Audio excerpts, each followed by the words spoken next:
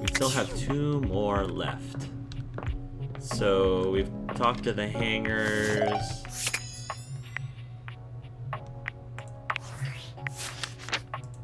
Eddie and Vault. Eddie and Vault own and operate. There's still no, but I've gotten all of them. Okay. Why is this not updating? It says that there's something new and it's not. You're on fire. Dante has fallen in love with you. The Hanks invited you to another adventure. Seems like that's all they do. Come again for another adrenaline-soaked event. Okay.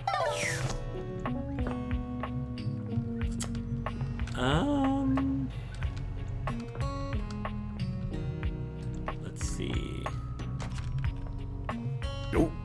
Dope. I'm not really sure. What other objects can I click on? Fire may be the house's fierce natural predator, but every good home still keeps a place for it. This would be a very good home because it's a very fine fireplace. This is still Dante, right? Yeah, it's still Dante. I'm trying to... What have I not... I've already done the bottle. I'm trying to see what else is there. Who else can I talk to that I haven't spoken to yet? The faucet, the water, the shower curtains. There's the boxes, the hamper, the Tide, the detergent. I don't know if I want to do the detergent just yet. The clock, maybe? The plunger? Can't... Oh, the plunger. Oh, the first aid. First aid kit. Kind of want to know what learn more about the first aid kit. It's like a doctor. You see a medic with bright medic. eyes, a kind smile, and a sort of maternal air about her. She doesn't even wait for your introduction, greeting you cheerfully. Oh, my. Hello there. Hello there. A fresh face. Here to see the doctor, are you? Sure. I'm here to see hotties. Well, look no further. I might look like any old Jane, but I'll have you know that you are looking at a truly top-notch medical professional, and the only one around for miles. Okay. Dun, dun, dun, dun. Faria. Whether you've got a tummy ache or a life-threatening ulcer, I'm your gal. Nice to meet you, Faria. She pauses, looking you up and down, hopefully. Do you have a life-threatening ulcer? I hope not. No ulcer or anything life-threatening, actually. Why do you sound so excited about an ulcer? Oh, you know, stomach acid is terribly exciting stuff. Oh. I'd love to get my hands on some one day. Oh, Okay. dear. Oh, not literally. Goodness, wouldn't that be a sight? Me elbow deep in stomach acid as my tissues are slowly eaten away. Uh-huh. I love that her clipboard is a bandage. Yeah, that would be really... I feel sick. Wow, I think I woke up the wrong object. I feel sick. Sick? Fantastic! What do you need? I was just looking out for stuff to date. I guess I could use a Band-Aid? Oh, bandages! They are the first line of defense when the interior of the body has the temerity to propose to become the exterior. Get back in there, blood. Back to your proper course's lymph. And you, skin. Have a little help controlling this raging horde of fluid and marrow. Band-Aids are basically magic. Yeah. I could go all day. Anything that you might need? Hydrocortisone, non-latex gloves, even a simple pen. That, darling lacerated one, will be duck soup. I like duck soup. No duck soup for me. Thanks, nuh-uh. No, I love duck soup. Lacerated, you make me sound like a battlefield casualty here. Zounds. Something is drawing my eye. My metasenses are tingling. Better let me take a look at that wound of yours. You sneaky little sufferer. Thought you could slide one by me under cover of a metacarpals, eh? What are you talking about? Nope, not suffering, I don't think. Metacarpals are all good here. Just to double check, you don't need an injection or two. Take it from me, dear, you're better off safe than sorry. After all, if there's any sign of rash, you won't know it's there unless we do a thorough examination. And even then, well, I'm afraid there's always a chance for scarlet fever. Oh, no thank you. Whoa, what century do you think this is? Really? Check me now. Once more, onto the exams. Faria looks you up and down, tapping her chin as she considers you from every angle. Exactly what I thought. What? You're freaking me out. If this is just a splinter or something, I'm gonna die laughing. But it's not just any old splinter, dear. What you have is a deep, deep splinter. Oh. Plenty of tender flesh open to infection, just waiting for those little microbial monsters to set in. Oh, man. Do you know what that means? Sounds bad. I mean, you just kind of told me infection is what it means. Sounds bad. And how? And that's just the beginning. Because once the infection's done a number on you, and your poor, beleaguered immune system staggers back onto the field of battle for another round with the enemy, She almost sounds like Ashley Williams from Mass Effect. Not fully convinced at her, but it reminds me of Ashley. watch helplessly as your body swells and burns and turns all different shades of red, pink, and yellow, and the true engine of the enemy rolls up to the line. Okay. Gangrene. Gangrene. What? And before you know it, we'll have to amputate entirely. No, no thank you. I do not give permission to amputate anything. I really think you're blowing this out of proportion. I know. This stuff is not for the faint of heart. Once it's bad enough, my poor new friend, I'm afraid the whole appendage will have to come off, preventing spread and all. I'm sad to say we lose many a good limb to splinters every year. Is that true, like statistically? You live a very dramatic world, Faria. The world is dramatic. Drama isn't necessarily a bad thing, you know? Drama can be the spice of life, like cinnamon or penicillin. I like some drama in my shows, but with people I date, not so much. I don't like the drama with people I'm dating. The bottom line is, you have got to stay vigilant. The world's a scary place, and your body is a fragile, fragile thing. One wrong move, and you can throw it into total and utter chaos. But at the same time, the human body is also a beautiful, beautiful thing. Beautiful machinery. A veritable breeding ground for every bomb, dick, and hairy slate of diseases ready to eat you whole. Bomb, Dick, and Harry, I love that. You never know what the seemingly tiniest, laughable symptom can mean. For example, got a case of bad breath?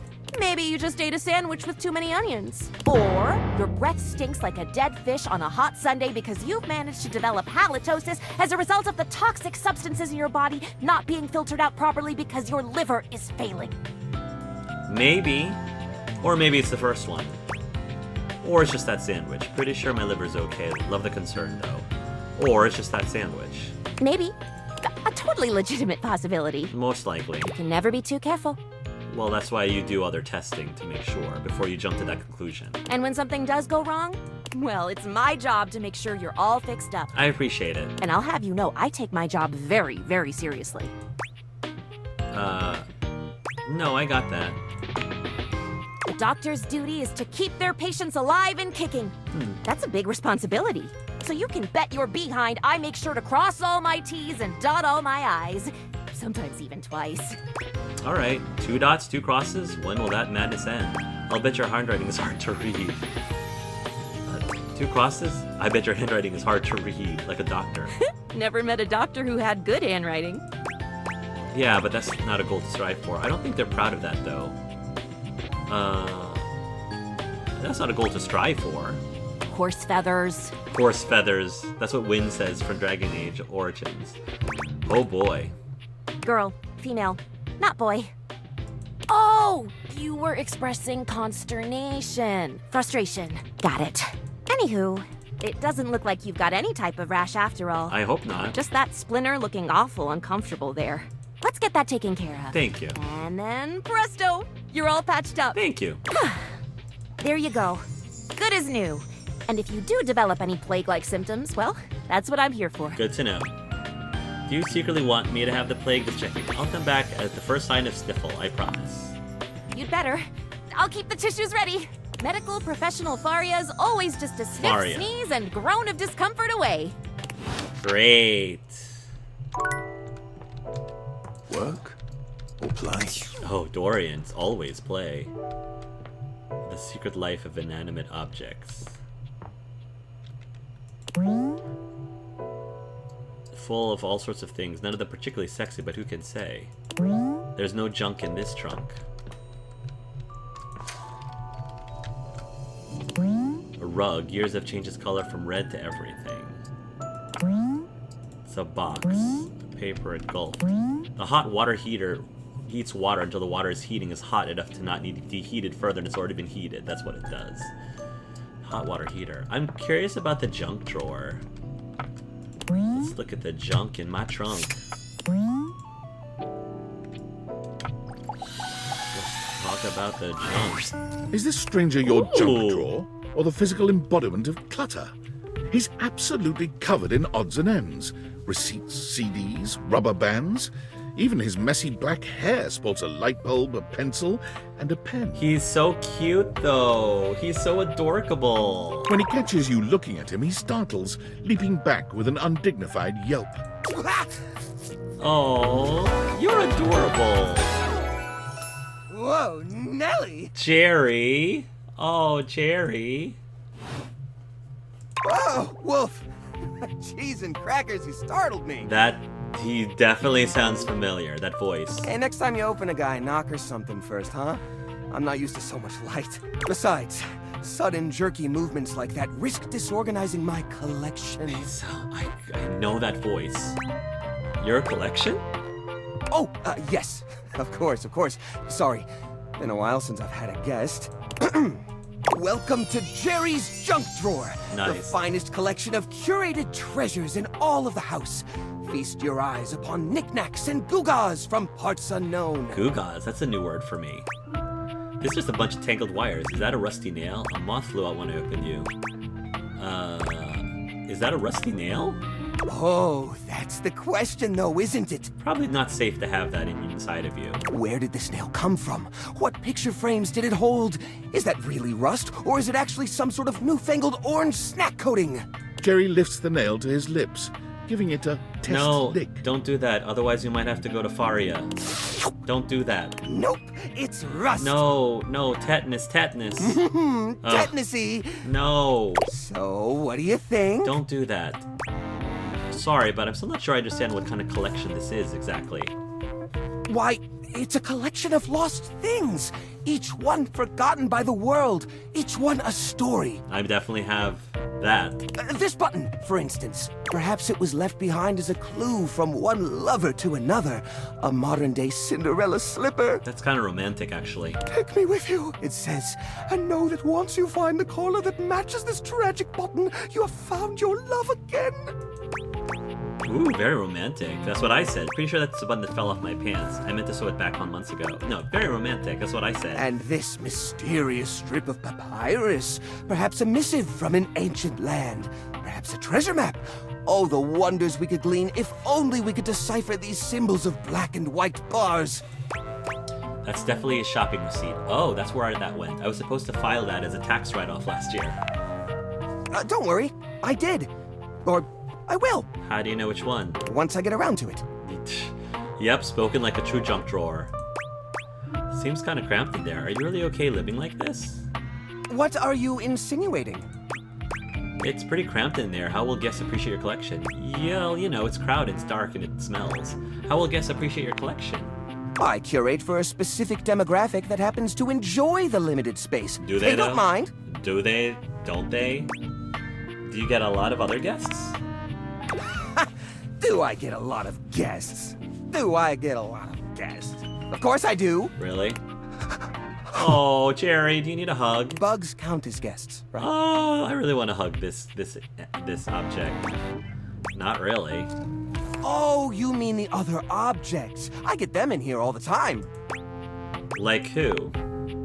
Well, there's that Celia. Uh-huh. She's a very well-to-do socialite, and she happens to be very interested in the collection. I mean, she's the mayor's. It's part of her job to be interested in every citizen. In fact, every time she comes by, she asks me, when will this junk be gone already? I assume she's worried about the collection moving venues before she gets to see it. That sounds like Celia. She's probably just nervous about coming inside. Maybe she's nervous about how cramped it is. Listen, you, I'm sorry, that was the only choice I was given. Oh, what's the use? It's true! Nobody visits me but the moths! Hey, Jerry, I'll visit you. What am I doing wrong? I just don't get it! I love to entertain! So long as guests don't touch a single thing. Well, but, I mean, that's That's not the reason I have a junk drawer. I have the junk drawer because I actually expect them to be useful at some point. If I don't anticipate that they're going to be useful, I throw them away. But I do have a lot of stuff in my junk drawer just in case I'll need it. Unless I think I won't. Maybe it's time to get rid of some of this stuff. What? You mean throw it away? Yes. No, just recycle it a little. Turn it into something new. Yes, obviously. Turn it into something new. How do you mean? If these objects are special to you, and you haven't been able to use them for repairs, then think out of the box and use them for something else. ... Now I'm scared. Upcycle them into something that doesn't take up as much space. Upcycle them? You mean like an art piece? Yeah, the art piece that we display in the dumpster. I kind of follow this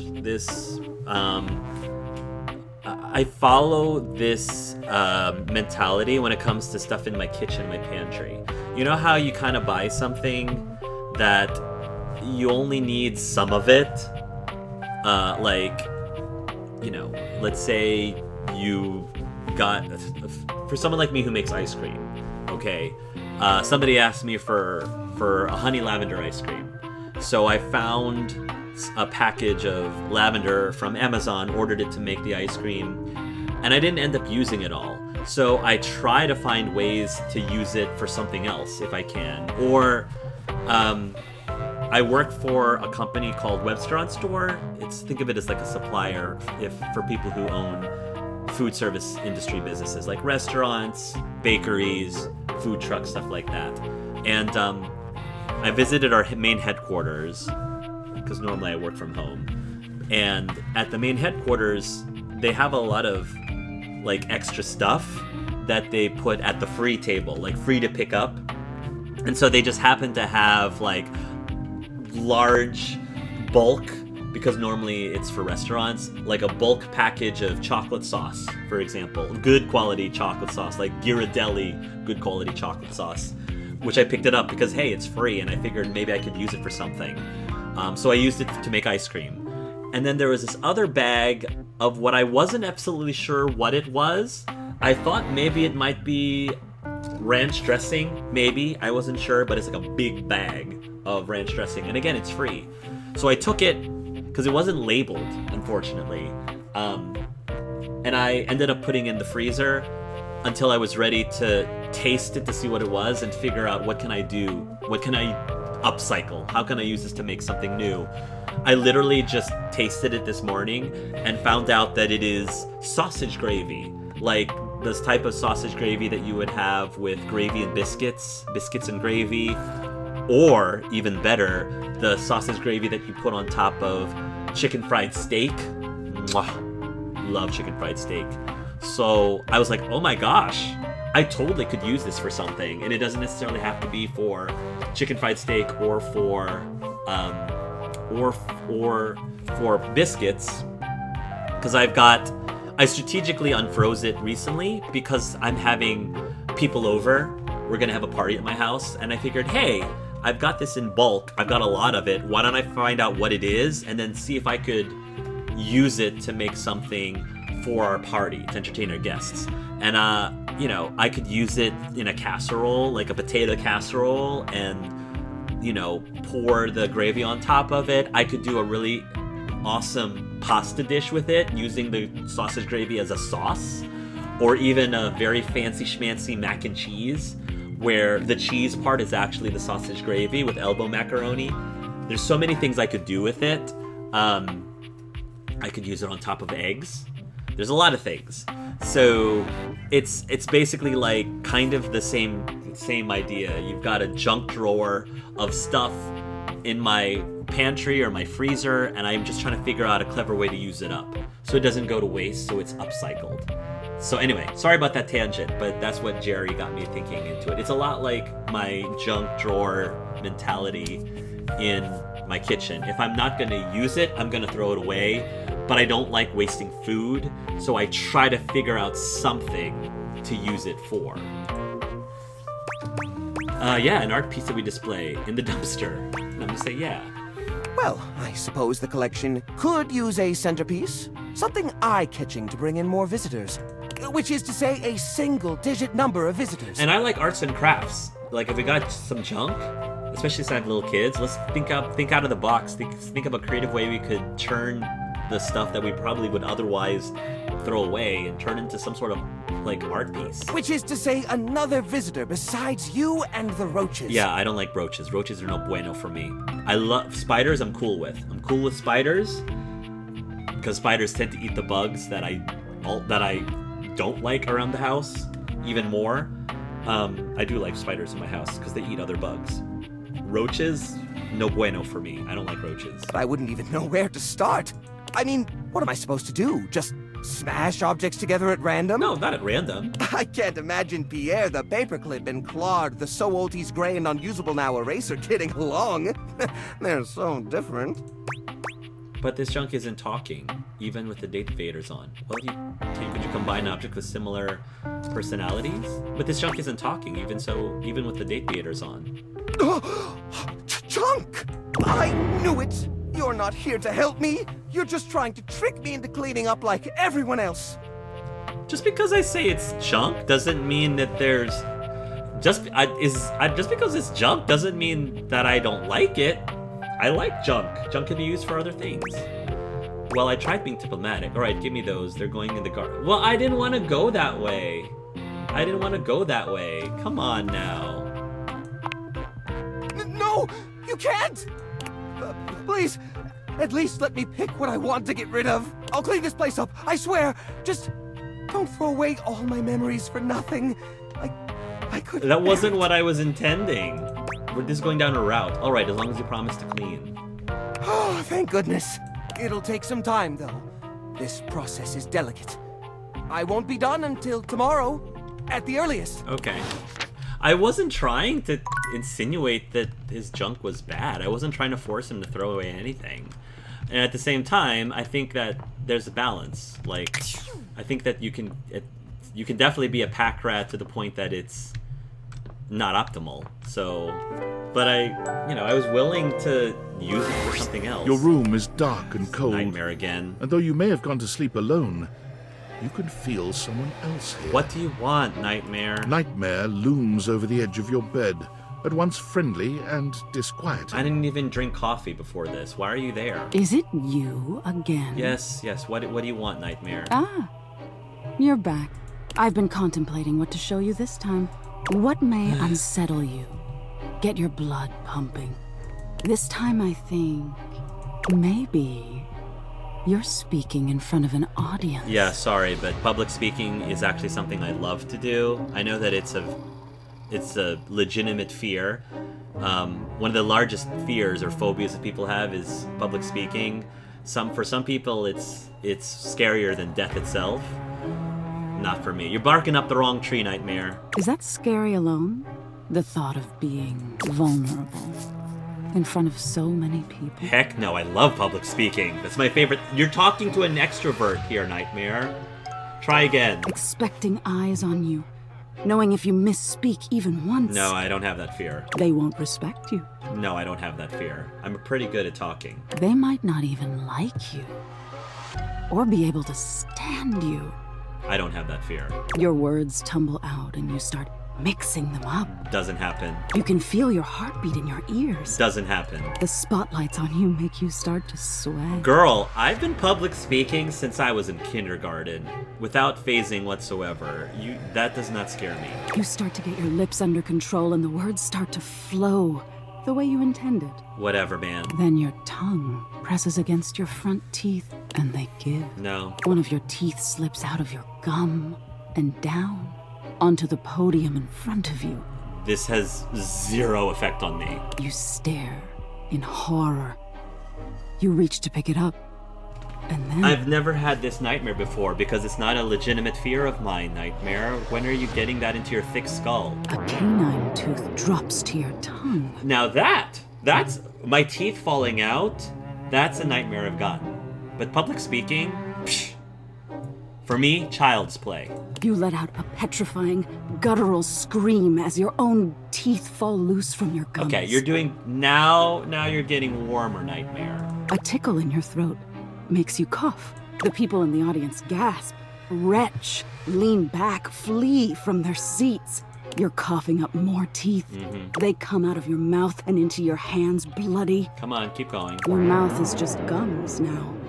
But the teeth, they're still coming. Such a weird nightmare to have, too. Like, so random, your teeth falling out, but it's apparently very common. Tears prickle in your eyes. Then you try to apologize to your See, audience. if I ever felt like I was, if I did have a nightmare about public speaking and I actually, like, feared it, then I would know it was just a dream. Because I'm like, this never happens to me in real life. I love public speaking. I enjoy it. I seek it out. You realize you're a monster. You're completely missing the mark, Nightmare. The teeth clatter to the podium, and And then what? Hey, cut it out. Who do you think you're scaring, pal? All right. Who do you think you're scaring, pal? Who do you think you're scaring, pal? tisk tisk. So I'm defensive. defensive because you read me totally wrong. What are you hiding from? Nothing. I'm not... This is not a fear for me, Nightmare. I'm not hiding anything. The teeth thing is stupid. The public speaking thing is stupid. Is that so? Yeah, I don't have that fear. Why don't you tell me what really scares I you? already told you what really scares you. The deep water. Deep water. I think you already covered that last time. That was my biggest fear. You already did it. There must be something you're hiding away. See, here's the thing. I never hide my fears. I never hide my fears. So Nightmare has like zero effect in me because I admit I'm not afraid of being vulnerable. I'm not afraid of telling people what my fear is. I'm very open and transparent about the things that scare me. And this ain't it. Something a little deeper. A tad more frightening than bugs and blood and teeth. Why should are you gonna use my answers to scare me? Why should I tell you? I can tell him. She's supposed to know, but apparently she missed the mark here. Are you gonna use my answer to scare me? The important thing is, you'll learn from what I show you. Okay, well, did you just learn from what I showed you? Because I was not the least bit scared about the public speaking thing. Don't you want to conquer your fears? Let go of your insecurities? Yeah, that's what I'm doing right now, am I? I'm afraid of abandonment. I'm afraid of failure. I'm afraid of mediocrity.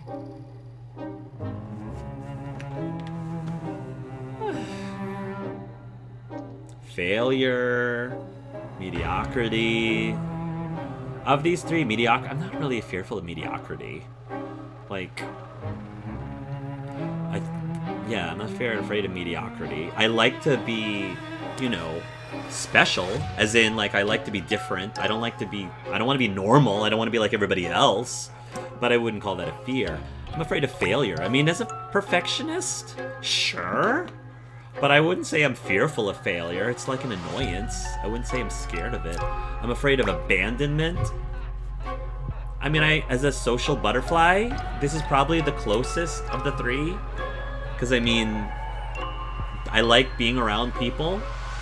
But I also appreciate my alone time, too. I appreciate, being able to be on my own and watching TV or cooking something or going out to eat by myself. I can be myself. So I guess out of the three things, this is the closest. I wouldn't call it my deepest fear. Because it's not as much of a fear as it is to deep water. That's my deepest fear. I'm afraid of, even if I was on a plane. Here's the thing. If I was on a plane and the plane came crashing down, I would 100% prefer that it came crashing down into land, as opposed to into the ocean, into water. I would hate, if I was in a crashing plane, I would much prefer crashing into the ground, only because that would be sudden death. Versus going into the water, sure, it could be sudden death, but I could also find myself in a sinking plane under the water, and that, is a huge fear of mine. But I'll play along because Nightmare is missing so many shots right now in this particular case. I'm afraid of abandonment. Sure, that's the best of these three. Not really. Interesting. We've all lost someone, haven't we? Yes. But for you, It's not losing the person. Okay. It's being left that's terrifying. No, it's losing the person. It's losing the person. It's not being left. Because I feel like being left is normal. As like I said, as somebody who has become a parent, who has a family, who has kids, I get not being able to stay in touch as much as I would with my friends, and therefore I understand it if my other friends aren't able to keep up with me as much, stay in touch with me as much when they are doing other things with their lives, whether it's with kids or something else completely. It's not a fear. I think I understand more about being left behind. I'm way more understanding than actually losing the person themselves. So, yeah, you're missing again, Nightmare. Nightmare takes a few steps back, beginning to fade away as the room grows lighter. It must be getting close to sunrise. Thank you for being honest with me. Yeah, you failed, Nightmare. This is a total failure on your part. I will have to think about your answer. Good night. Try better next time, Nightmare. Completely failed. You did way better the first time. Way better. Okay. I'm so disappointed in you, Nightmare. So disappointed in you.